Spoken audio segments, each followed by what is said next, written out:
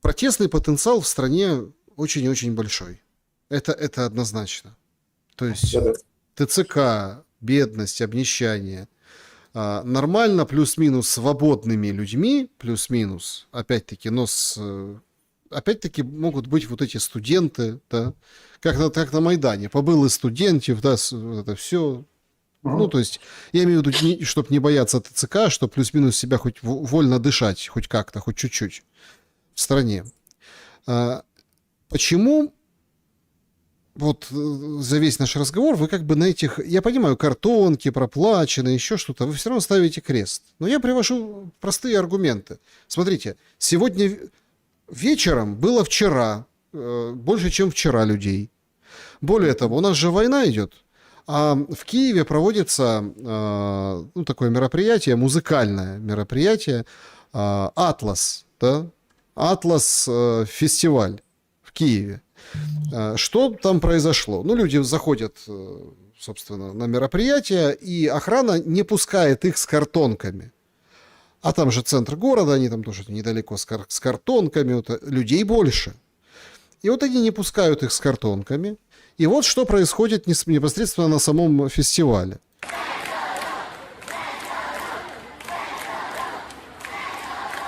То есть музыканты заткнулись, толпа начала скандировать «Федоров, Федоров». Они вывели его там фотографию в этой арафатке, да, то есть, еще раз, может быть, мы недооцениваем вот этот потенциал и вот эту заинтересованность, вот этих сил, о которых вы говорите.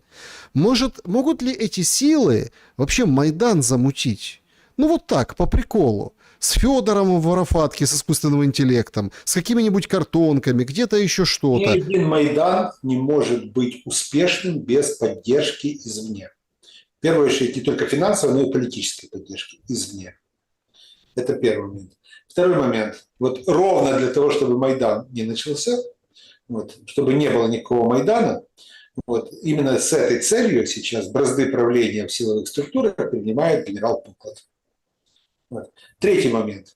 Если это Янукович там сомневался, разгонять Майдан, не разгонять Майдан, применять войска, не применять войска, Зеленский сомневаться не будет. Это показал Львов. Не только Львов. Зеленский сомневаться не будет. Он не будет, извините, пожалуйста, за непарламентское выражение, жевать сопли. Вот. Это Янукович, размазня, который там фактически долго метался в гамлетовских таких именно муках. А что ему делать? Может пойти на какие-то переговоры. Кстати, украинский Майдан 2014 года, он показал одну вещь, которую используют после этого все правители, против которых пытаются применить технологии цветных революций. Ни в коем образе нельзя идти на переговоры с Майданом или там с протестующими. Переговоры с протестующими – это придание этой толпе, которая собирается, даже если это миллионная толпа, она все равно является толпой. Только власть идет на переговоры с этой толпой, толпа превращается в политический субъект. Вот. Сразу факт переговоров приводит к политической субъективизации. Это то, что не учел Джим Шарп. Вот. И украинский Майдан это показал. После этого, посмотрите, Лукашенко не пошел ни на какие переговоры. Вот. Грузия, люди Иванишвили не пошли ни на какие переговоры. Вот. И так далее. Возьмите любая попытка Майдана, попросту полный игнор со стороны власти. И Майданы сразу же сдувались.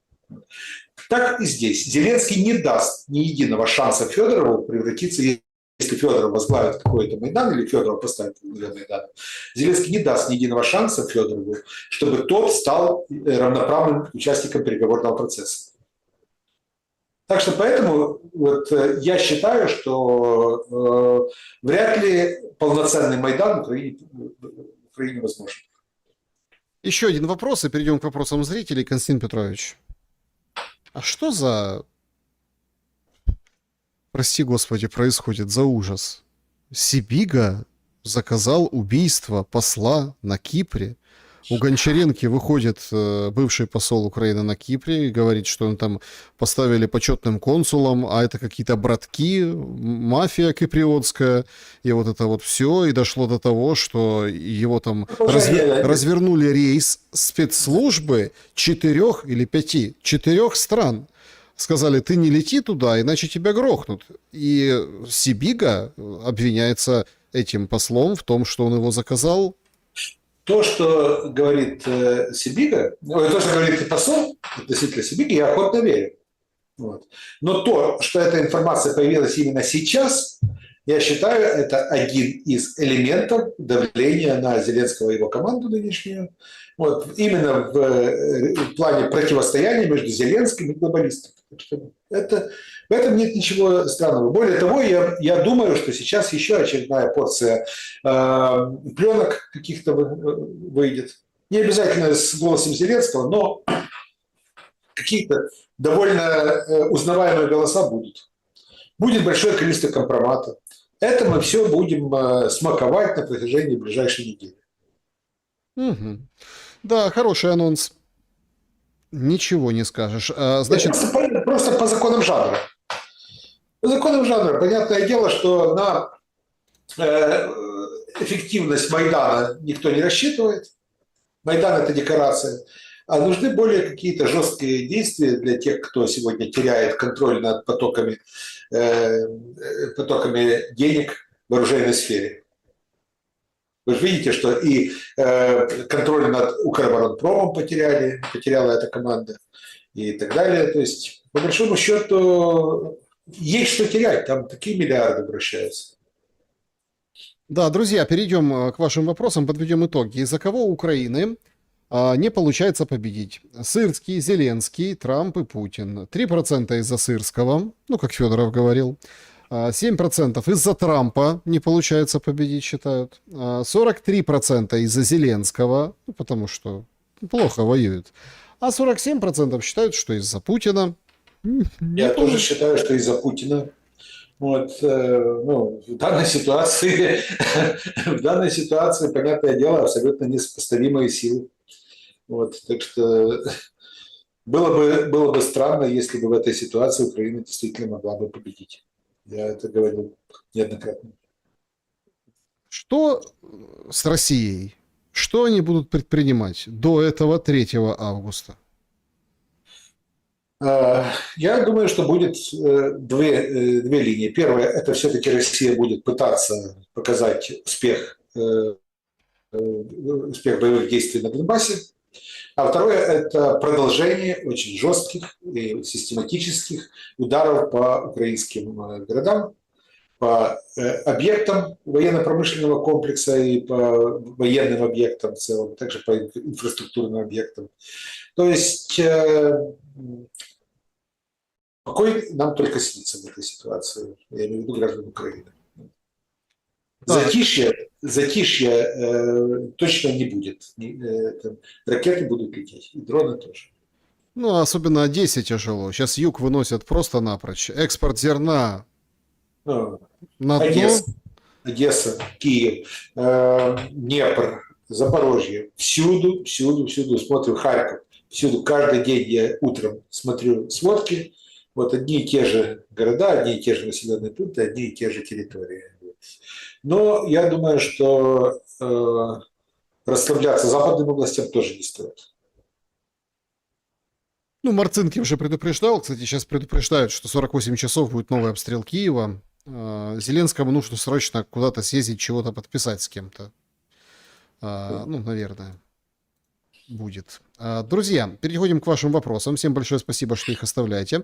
Режим Блиц, все как всегда.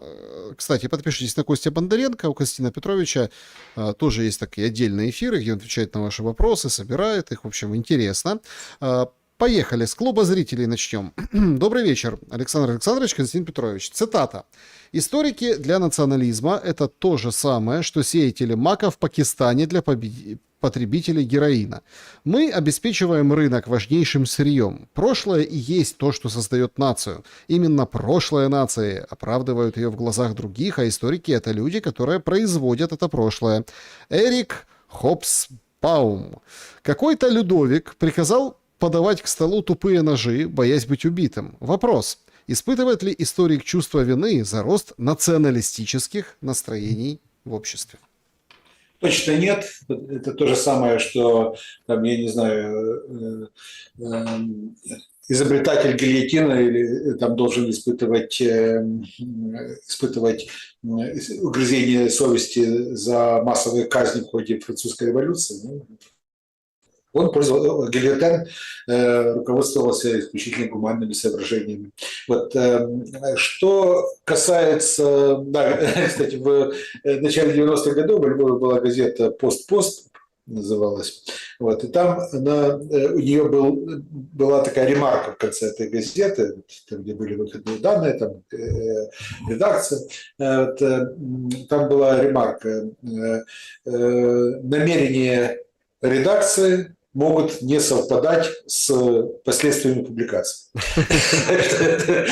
Так что в данной ситуации то же самое может сказать про историков. Историки создают концепции. Томас Корнель когда-то говорил о том, что нация – это сообщество людей, объединенных совместным будущим. Прошлое чаще всего разъединяет. Прошлое разъединяет. Но без концепции, без мифа, исторического мифа, без некого документа, который называется история того или иного народа, той или иной нации, невозможно строить нацию. Да, он мифологизирован. Это касается российской истории, украинской, польской там, и так далее. Сотни раз переписаны, сотни раз отшлифованы, меняются акценты и так далее, но все-таки это определенная платформа, на которой строится величие, или же наоборот, там, скажем так, или пытаются создать определенный фундамент для строительства нации. Но только история не может быть главным элементом нации или национализма. Вот. Любая нация и национализм базируется в основном на определенных перспективах, которые вырисовываются в будущем. Денис, добрый вечер. С одной стороны, мы видим, Россия не бьет по Банковой, Кончи-Заспе и так далее, что подразумевает договорняк. Но с другой стороны, Зеленский практически перед каждой массовой атакой покидает страну. Так а что ему тогда бояться, если все равно по нему не летит? Спасибо. Это рекомендации, которые дают ему его охрана, это рекомендации, которые дают ему его партнеры. Вот, любая охрана любого главы государства делает все для того, чтобы минимизировать риски. Слишком дорого обходится бюджету, а также донорам главы государства. Угу. Так, вот такой вопрос. Украинскую государственность создал Ленин. 4,5 года прошло с момента, как эти слова произнесены. За все это время в украинском дискурсе я не видел ни одного разбора по существу этого тезиса. Евгений пишет. Только шутки. В России я минимум 10 спикеров могу вспомнить, которые с этим тезисом либо спорили, либо расшифровывали, либо расширяли. Неужели украинские историки не способны к академическим спорам? Нет спикеров, равных, к примеру, Алексею Миллеру. Почему только шуточки и санкции теперь средства борьбы с исторической наукой? Ну нет, украинские историки очень хорошо спорят между собой и с внешним миром, и в профессиональной среде, и тот же Георгий Касьянов, которого я глубоко уважаю, вот, и других могу называть сейчас историков, которые ведут квалифицированный диалог. Другой вопрос, что, например, украинские средства массовой информации на сегодняшний день выставляют блоки для них. Вот, есть большая проблема с площадками, на которых вести этот диалог и этот спор. Знаете, сами украинские историки еще задолго до вот этого объявления этого тезиса относительно того, что Украину создал Ленин, еще в 90-е годы, в начале 90-х годов, вот, я слышал от профессиональных историков, более того, в националистическом Львове я слышал анекдот о том, что назовите самых выдающихся деятелей украинской истории. Вот. Ну и, соответственно, называют, значит, Ленин, который провозгласил право нации на самоопределение, Сталин, который объединил Западную и Восточную Украину, Хрущев, который присоединил Крым к Украине, и Брежнев, который захватил власть в Москве и руководил всей империей. Вот. Ну, понятное дело, что в каждой шутке есть только доля шутки, но в целом вот, очень показательный анекдот. Это потом уже начали историки и политики использовать вот эту терминологию, что Ленин создал и так далее. Ленин влиял, очень серьезно влиял на процессы, связанные со строительством государственности в Украине. Но в Украине в 20 веке формировалось фактически две Украины, две украинских истории, две украинских исторических линии. Вот. Одна советская, вторая, будем так говорить, польско-диаспорная, которая вот туда, в эмиграцию ушла, вот это и там развивалась тоже своя культура, своя история, свои там общественные организации, политические силы и прочее, которые в 1991 году вот, объединились и создали то, что называется сегодня государством Украина. Александр Кривенко, покойный ныне журналист, в 1993 году одну из своих статей начинал словами, что украинская государственность родилась от соития националистов и коммунистов. Так оно и было.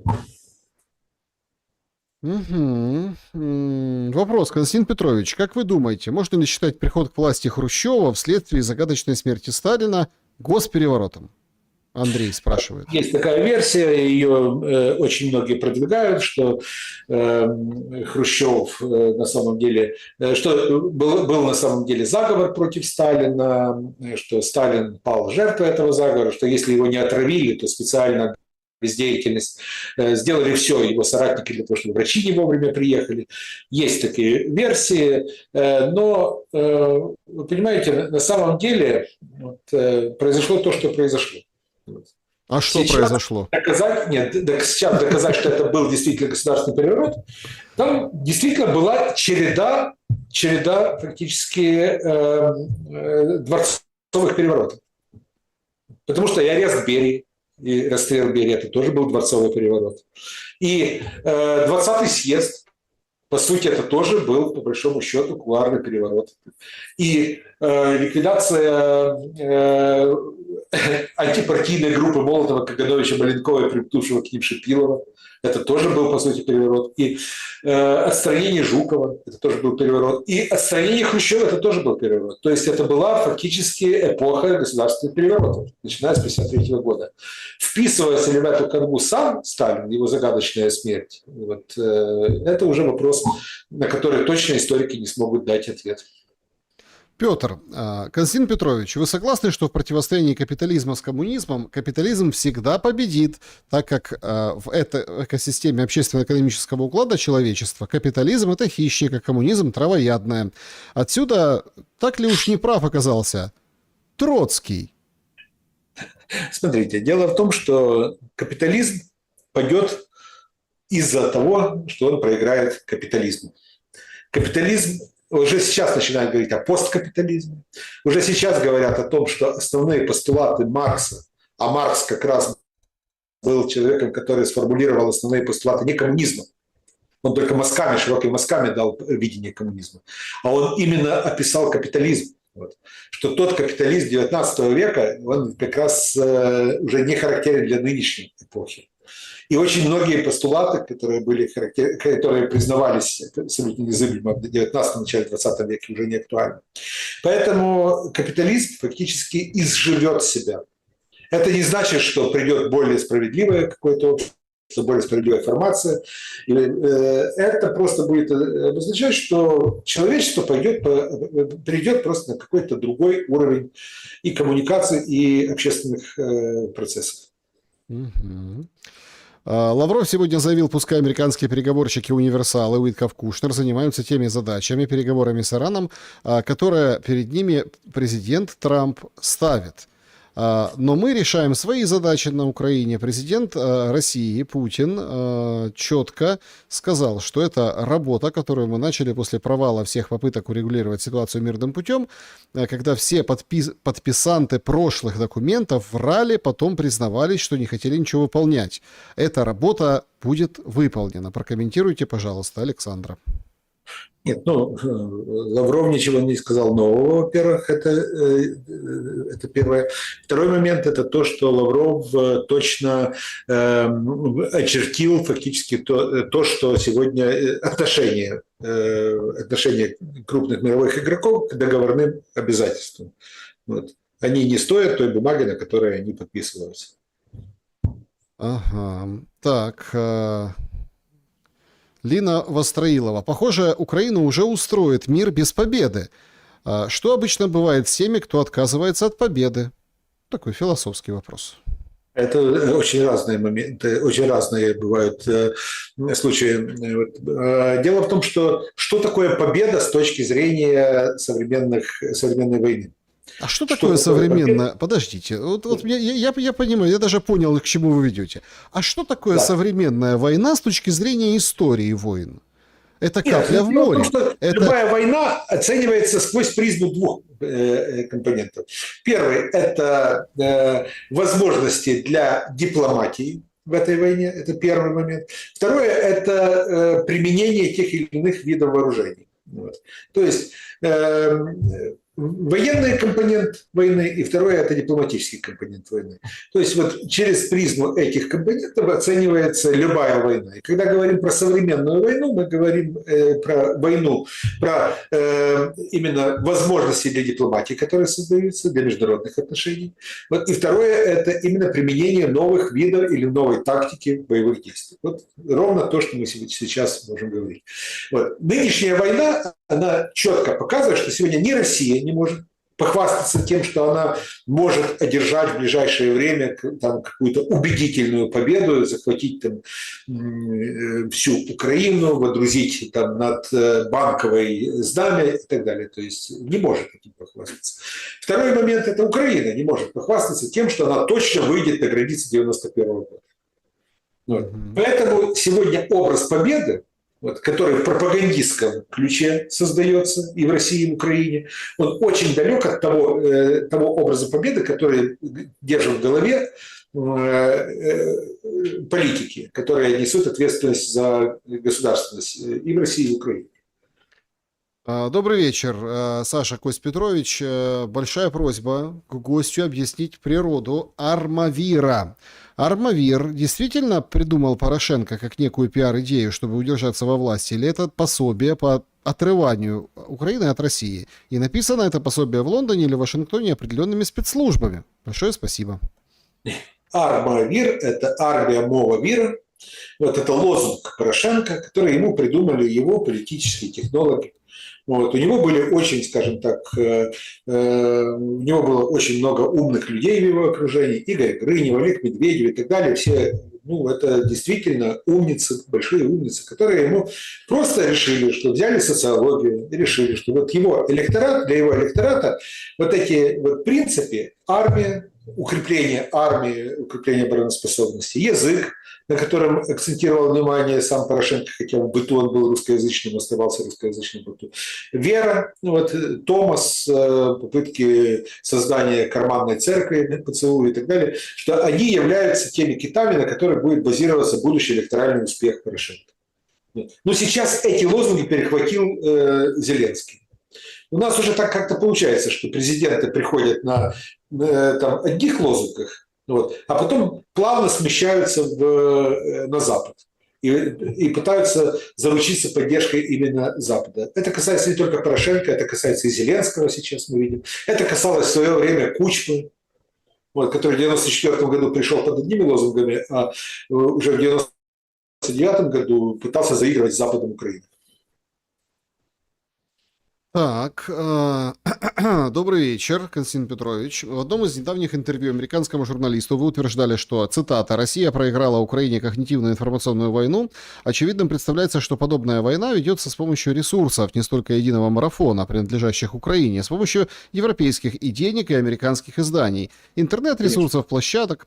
На ваш взгляд, российская точка зрения и доводы, представленные в этих демократических, свободных для выражения любого мнения светочах гласности, ресурсах с равным представительством, что и украинская?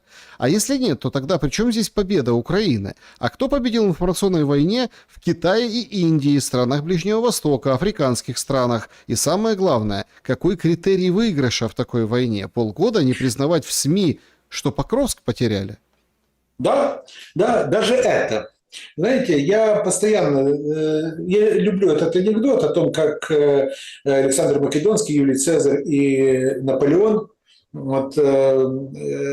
были приглашены на парад 7 ноября в советские времена, их пригласили на трибуну Мавзолея, они стоят на трибуне Мавзолея, смотрят на этот парад, и Александр Македонский говорит, если бы у меня были такие мотострелковые дивизии, я бы захватил бы и Индию, и пошел бы, и Китай бы захватил, и вообще весь мир бы завоевал.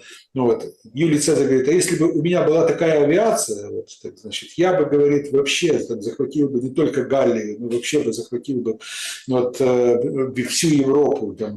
Наполеон говорит, а если бы у меня была газета «Правда», до сих пор бы никто бы не знал о том, что я проиграл Ватерлоо. Так что в данной ситуации средства массовой информации, которые создают определенное мнение, общественное мнение, они очень важны. Если кто-то говорит, да, это ж только Запад, это ж только американцы и европейцы подыгрывают Зеленскому, извините, пожалуйста, но Китай, Индия и другие, они попросту занимают нейтральную позицию в этом конфликте. Они не поддерживают позицию России в информационном плане, изредка поддерживают, но что касается в целом, они попросту не создают определенную окраску. Европейские издания играют на стороне Украины. Это значит, что, в принципе, сегодня западный читатель, западный потребитель информации, не только западный, значительная часть мира тоже через англоязычную прессу оценивает те или иные события. Россия не сделала ничего для того, чтобы... нет, ничего я не буду говорить. Russia Today они сделали, но, извините, пожалуйста, с большой уязвимостью и с тем, что они ее сразу же потеряли как источник. Они не готовились к информационному сопровождению этой войны, в которую они ввязались. Они не готовились к тому, чтобы мир фактически имел альтернативную точку зрения. Они считали, что того, что создано, уже достаточно. Оно было очень уязвимо, то, что было ими создано. Оно не работает сегодня. И пообщайтесь с большинством людей, которые сейчас в Европе, интеллектуалов, и даже простых людей. Они же смотрят на ситуацию через призму определенной одной тенденции. И поэтому я и говорю, что Украина в данной ситуации, а если я говорю Украина, это не только Украина, это все те политические силы, все те государства, которые сегодня поддерживают Украину, которые стоят за Украину, которые финансируют те или иные активности в Украине, которые дают деньги и которые разделяют позицию Украины, что эта позиция доминирует. И Россия пропускает гол за голом в информационной сфере. За последние полгода какие голы она пропустила? Да, можно можно сейчас просто сесть и разобрать фактически, начиная даже не с даже этих полгода последних. Смотрите, сейчас, я так скажу, что сейчас мир обсуждает ситуацию в России, которая мало имеет общего с самой ситуацией в России. Логично. Я звоню, обсуждается большое количество каких-то интриг в российском руководстве. То, что Путин уже чуть ли не уходит в отставку. То, что уже сейчас собирается передать бразды правления младшему Патрушеву. То, что в России сейчас ожидается исход людей похлеще, чем в 2022 году. Что новая волна мобилизации, что уже точно мы знаем, что будет новая волна мобилизации и так далее. То есть все это это сейчас всерьез обсуждается как уже свершившийся факт. Вот. Как уже свершившийся факт. И в этом отношении как раз украинские пропагандисты, представители российской, даже их сложно назвать оппозицией, но тех, которые сегодня в информационном плане работают, создают альтернативную реальность в эмиграции, и западные спецслужбы, они работают в одном ключе. Нет, ну понимаете, почему вот просто вот мы-то уже давно в этом все. Вот я не могу понять. Ну вот смотрите, ну Гордон рассказывает, что Путин умер. Да? Там кто там, Соловей рассказывает, что там куча двойников. Ну вот, а как ты вот этому будешь... Вот, хорошо, ладно, это такое. Это оскомина, это еще с 22 года. Ну вот, например, сегодняшний материал, Рейтерс, по-моему, тоже мне попался, тоже вот, толстосумы выводят деньги из России. Массово, много. С вашего разрешения, наверное, включу свет, уже немножко меняется. Да. Ну, то есть, понимаете... А ты тут сидишь и думаешь, ну, выводят, ну, хорошо, ну, кто-то там чего-то куда-то вывел, например, да. Опять-таки, не сказано куда, они боятся за внутреннюю экономику, поэтому спасают деньги и отправляют деньги на Запад. Да, это еще один момент, что большое недовольство вот этих толстосумов, олигархов, миллиардеров, которые недовольны своим положением, которые хотят вывести деньги из России, которые бегут от Путина, вот, и так далее. То есть это все тоже как бы, оно мало имеет общего с реальной картиной, но в целом вот начинается такая нагонка, а дать какой-то ответ, ну, невозможно. Более того, я столкнулся с тем, что, например, определенная среда, вот, скажем так, связанная с западными спецслужбами, создает миф. Потом этот миф тиражируется в средствах массовой информации, а потом со ссылкой на эти же средства массовой информации вот, эти же спецслужбы подают отчет наверх политикам о якобы реальном положении дел. Так мы вот подождите, так вы же раскрыли эту всю. Мы тут говорим, Конечно. это же не информационная война. Это тоже элемент информационной войны. Нет, это не информационная, это подлог документов для вот этих политиков, которые принимают решения. Синтенки, разведки, вот эти все товарищи, они приходят и приносят всяким там, ну я не буду говорить Урсулу вы разоблачили в самом начале нашего сегодняшнего эфира. Ну, вы поняли. То есть приходят к каким-то политикам, президентам и говорят, смотри, все, там, капитал бежит, все, сейчас развалится, сейчас все это. А он говорит, ну я ж не могу никаких решений против принимать, потому что вот такие... Это и делается, а мы уже люди, которые это читаем, мы уже, как это, побочный эффект, понимаете? Конечно.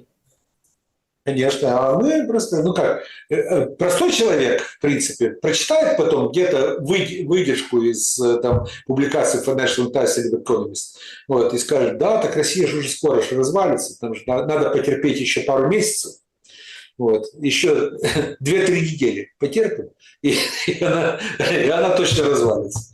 Ну, вот так создается вот эта виртуальная реальность. Константин Петрович, Ясеру Арафату якобы принадлежит фраза «Смерть Европы в матках арабских женщин. Мигранты и демографический кризис». Вопрос, а в чем смерть России? Или все банально? В продажных и тупых чиновниках, депутатах, как и в Украине? Если так, то кому там продались? Ну, это уже вопрос к российским демографам, российским политологам, российским экспертам, которые будут говорить о том, так уж близка смерть России, как ее рисуют некоторые. Вот. Вы знаете, очень много есть публикаций, я читаю очень много по России, вот, концептуальных вещей, интервью знаковых личностей, слежу за новостями, слежу за тем, что происходит в регионах там, и так далее. То есть все это стараюсь изучать цифры, изучать те процессы, которые связаны с Россией. Ну, специфика моей работы. Вот. И что касается вот этих плачей, которые я слышу время от времени, что вот точно за Сирию узбеков, которые приезжают из Узбекистана, это точно, значит, приведет к развалу России. Региональные Нет, а тут сейчас, проблемы, подождите, которые... тут на неделе Беларусь он шатнули как. Вы Вот. видели? С Да. узбеками, которым заплатили меньше. Прям шатнули. Да, так вот, дальше в регионах начинаются там процессы, которые, значит, точно приведут к развалу России. Если Путин умрет, вот, то точно начнется гражданская война в России, которая приведет к распаду России. И так далее, и так далее.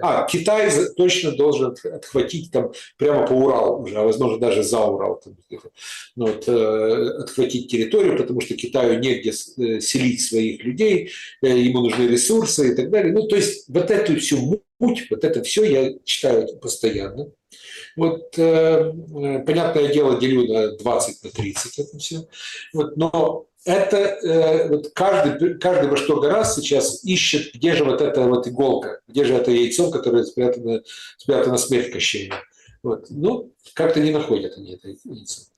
Перейдем к чату трансляции. Давайте здесь тоже несколько вопросов. Нина, Кость Бондаренко, когда вы говорите, что Лондон-Сити главный партнер Украины, а Украины или власти вы имеете в виду? Или вы действительно считаете, что Украина?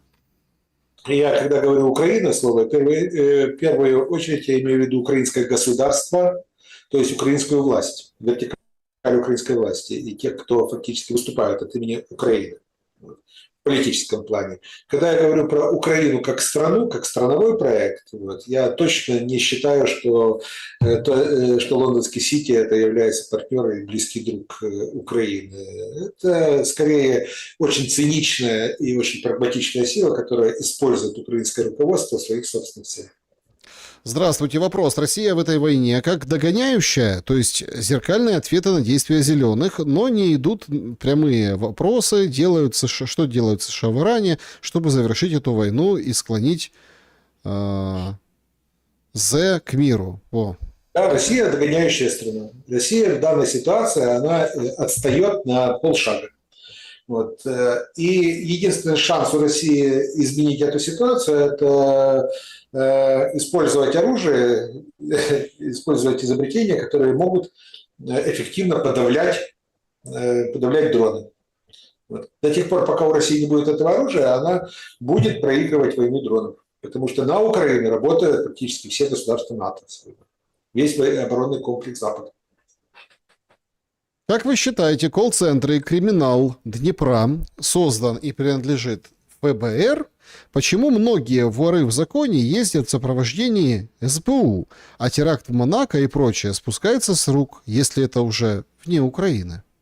Ну, мне сложно сказать, ездят ли воры в законе в сопровождении СБУ. Вообще-то, насколько я знаю, для самих воров в законе это не совсем правильно, не совсем по их понятиям. Вот это первое. Второй момент – это то, что я не знаю, ФБР ли крышует эти колл-центры. Да, то, что закрывает глаза на их существование. И не только над колл-центром, есть сообщество кардеров, которые бомбят карточки, там есть другие там преступные сообщества. То, что партнеры Украины, западные партнеры Украины закрывают на это глаза и не особо вникают в эту суть до тех пор, пока действуют эти преступные сообщества на территории бывшего Советского Союза, за исключением государств, дружественных по отношению к Соединенным Штатам и к Европе, вот, то глаза закрываются. Вот если только эти же сообщества начинают действовать на территории там, Соединенных Штатов, Британии и так далее, вот, ФБР включается по полной силе. Картонки – имитация демократии для других стран? Картинка? И второй вопрос. Зеленский уничтожил националистов. Кто-то знает вообще про тех Гнебоков, Белецких? Что, знают, сегодня с Белецким встречался Зеленский. А сегодня он с Белецким встречался. Нет, Зеленский не уничтожил национализм. Он решил использовать его в собственных целях. Он решил использовать национализм как инструмент. Вот, и он им пользуется. Знаете, он попросту решил показать, что не только он. Партию «Свобода», например, уничтожил правый сектор в 2014 году. До 2014 года многие верили, что есть такая партия «Свобода», такие зубатые националисты со Львова, которые вот сейчас придут и дадут в морду Януковичу. Вот. И вот это ожидание когда они придут и дадут морду Януковичу, вот, оно создавало определенный ореол, ореол таинственности вокруг партии «Свобода». А тут в 2014 году появляется Ярош с правым сектором, который не ожидал, отдал ему морду. Вот. И сразу же вот, партия «Свобода» обнулилась. Вот. Ну, правда, нельзя сказать, что и правый сектор там блистал. Время таких вот именно действий вот, ушло вместе с Майданом. А дальше пришло время разного рода проходимцев, которые просто используют националистическую риторику и националистические жесты.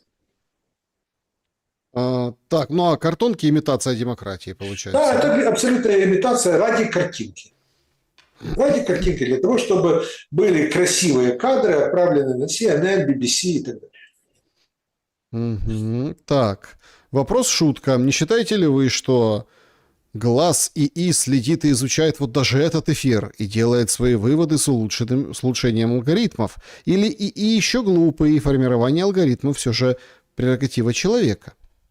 Вы знаете, алгоритмы, которые закладываются, например, в тоже чат GPT, они абсолютно в либеральной и прозападной парадигме лежат. Вот. И если бы чат GPT проанализировал наш с вами эфир, они бы выдали бы такой вывод, что мы с вами там как минимум на зарплате у ФСБ и там получаем нарративы исключительно лично от Путина. Вот. Я уже неоднократно это слышал, когда человек чуть-чуть покритиковал Зеленского, слегка. Запускаете этот текст в чат GPT вот, с просьбой дать оценку этому тексту. Чат GPT выдает, что это кремлевские нарративы. Угу. Вот. Ну, тогда надо уточнять, какая версия. Есть платная, есть бесплатная. Нет, платная версия, конечно. Есть по-разному. Так, Украина на ненависти к России хотела въехать в Европейский Союз, спрашивает пользователь. Дождик. Да, именно это было одно из тех предложений, которые Украина делала Европейскому Союзу, что мы готовы быть триггером по отношению к России, но примите нас. Что значит мир для Бондаренко? В первую очередь, это не только подписание мирного договора между Украиной и Россией, это создание определенных обстоятельств, определенной ситуации, при которой внутри Украины вот, люди не будут смотреть волком друг на друга. Потому что можно закончить войну с Россией и получить намного более кровавую и острую внутри самой Украины. А этого допустить точно нельзя. Ну, возмущаются, вот, Иван, что так чат GPT пользуется утвержденными нормами. Он простой и просто делает свою работу. То, что нормы обсосные, проблема чата GPT. Нет, это вот я просто говорю о том, что не идеализируйте чат GPT. Не идеализируйте чат GPT, его настройки, его алгоритмы созданы с определенным подтекстом. Определенные люди закладывали определенный подтекст. И, кстати, как и в Википедию и так далее. То есть, Ой, а в украинскую Википедию что там закладывали? Украинская Википедия, да, я о себе там столько много нового узнал. Это да. Вопрос, от кого и когда Бондаренко слышал, что России нужна вся Украина, и России надо для победы всю ее завоевать? На марафоне, что ли? О, нет. Вот. Вы после наших эфиров вот, вы посмотрите большое количество тех публикаций, которые из России как раз идут, российские боты или даже уверовавшие, скажем так, в близкую победу, вот, пишут, что да что там Бондаренко знает, да вообще вот пока до Ужгорода не дойдем, пока мы не помоем там сапоги в Черемаше. В Тисе, да, так до тех пор вот, и так далее, и так далее. То есть, нет, а если серьезно, то в России есть очень много сторонников именно того, что необходимо дойти необходимо, чтобы украинская государственность перестала существовать, а Украина фактически прекратила свое существование. Я уже давно говорил о том, что Украина никуда не денется. Другое дело, в каких границах она будет. Вот. Чем дольше будет вот это безобразие, которое сегодня предлагает Зеленский, тем больше шансов, что Украина останется не только без Донбасса, но без Харькова, Одессы, Николаева и других городов, крупных городов. Будет такая чуть больше Словакии, например, государство без выхода к морю и так далее. Вот. Чтобы этого не случилось, я постоянно говорю о том, что необходимо думать, а есть ли у нас потенциал для того, чтобы сохранить государственность, а не играть в чужие игры, в интересах других государств. Здравствуйте. А что, если большие обстрелы Киева проходят, когда Зе уезжает, потому что ему пытаются сказать: сиди, Вова, дома, а не езди по Европам? Простите. Вот такой вывод. Российская разведка чудесно знает, когда, куда и в какое время уезжает Зеленский. Чудесно знает. Они знают, когда самолет, например, в Кишиневе или в Жешеве стоит. Готовится, да. Да, готовится. То есть это все прозрачно происходит, скажем, насколько прозрачно для разведок. Они знают, куда передвигается кортеж. Видят, даже спутники видят, как кортеж передвигается по тем или иным трассам. То есть все это они видят. При желании они могли бы, естественно, там определенные предпринять действия. Но другой вопрос, что Путин считает, что существует ряд красных линий, которые он точно не переходит. Ряд красных линий. Как бы это ни выглядело смешно. Одна из них – это уничтожение руководства Украины. Военного, политического. Ой, мне так нравится вот это. Когда пришел в чат Роман, 20-летний российский солдат родился и типа сдох при Путине. Вот такая скрепа. В России родись и сдохни при Путине. И смайлики, вот это все издевательские. А я вот это читаю, видите, а мне вот это... Это, кстати, обсуждал сегодня на эфирах. Помните, там говорили в самом начале, мы должны сейчас вот быстро закончить эту войну, чтобы потом не воевали наши дети. Да. Товарищ Роман, который это пишет, как бы не получилось так, что родится и сдохнет украинец какой-нибудь при Зеленском, понимаете? 20-летний или еще какой-то. Особенно судя по тому, куда он не хочет ни выборы проводить, ни уходить никуда. Понимаете, это прям... В общем, тоже у нас свой Вова. Да, кстати, это я не преувеличиваю. Люди, которые хорошо знают Зеленского, они говорили о том, что в 2020-2021 годах Зеленский всерьез говорил о том, что восхищался всерьез Путиным и Лукашенко, что они показали всему миру, что не обязательно сменяться, не обязательно уходить со своего поста, можно быть эффективным, несмотря на то, что нет сменяемости лидера. То есть говорить о том, что в этом отношении Зеленский является антиподом, демократом истинным, это будет преувеличением. Один одесский эксперт делает прогнозы и добавляет, что это его мнение. Разве эксперты могут давать личное мнение? Я думал, что должны опираться на факты. Зачем выдавать свое желание за аналитику, Константин Петрович? Значит, эксперты выдают свое мнение, опираясь на факты, аргументы, на статистику, на инсайды и так далее. Они формируют свою версию происходящего, но понятное дело, что они не могут гадать на кофейной гуще. Не может быть гадания на кофейной гуще под видом экспертного мнения. Каждое мнение должно быть аргументировано и опираться на какие-то факты. Константин Петрович, как вы думаете, не оттяпает ли Польша свои исторические земли под предлогом, чтобы русским не досталось? Спасибо за эфир. Не оттяпает. Не оттяпает. Есть несколько аспектов, которые поляки, в принципе, понимают, что на самом деле им эти земли абсолютно не нужны.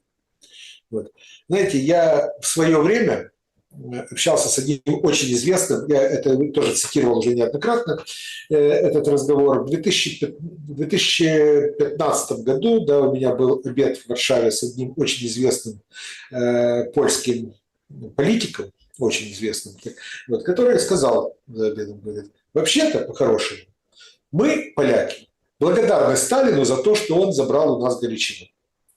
У нас образовалось абсолютно моноэтническое, гомогенное, извините, государство, где 90 с лишним процентов это поляки. Нам абсолютно удобно. Мы мы получили плюс ко всему еще и территории, там, выход к Балтийскому морю, там, имеется в виду Гданск и так далее, мы получили Вроцлав. Вот. А Галичина – это теперь ваша проблема, сказал он с улыбкой. Извините, поляки уже научены опытом междувоенного времени, когда главным дестабилизатором ситуации в Польше была именно украинская Галичина, украинцы Галичины. Вот. Если бы это были земли, которые были бы ничейными, никем не заселены, может быть, поляки бы на это претендовали, на эти земли.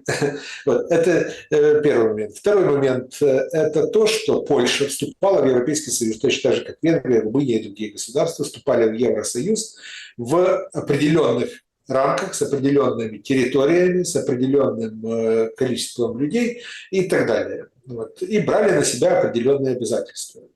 Потому что членство каждого государства в Европейском Союзе, каждого отдельного, это бюджеты, это влияние на бюджетную политику, это влияние на планы, там у них плановая экономика, 5, 6, 7-летние планы в Евросоюзе, вот, если кто не знает. Так вот, как говорят европейские чиновники, если Польша захочет присоединить к себе Галичину, то нам проще исключить Польшу из Евросоюза, вот, чем переварить этот шаг. Полетел антикриз, вот приходит данные о том, что Генштаб, информация о запрете военным публично высказываться или общаться со СМИ не соответствует действительности. Короче, нельзя рассказывать про войну, ну там, да. А про Федорова можно. Это все бред, не переживайте, все нормально. Никто никого не наказывает, никто никому ничего не запрещает. Вот такие дела. Ну давайте вот такой финальный вопрос. Вопрос уважаемому Константину. Имеет ли будущее страна, народ которой не сопротивляется против войны и уничтожения, где люди ждут денег за их же убийство? Россия точно враг Украины? И Беларусь тоже? Экзистенциальный вопрос. Вот, если я отвечу на него искренне, я получу 111-ю статью Уголовного кодекса. Я ответил на ваш вопрос, надеюсь.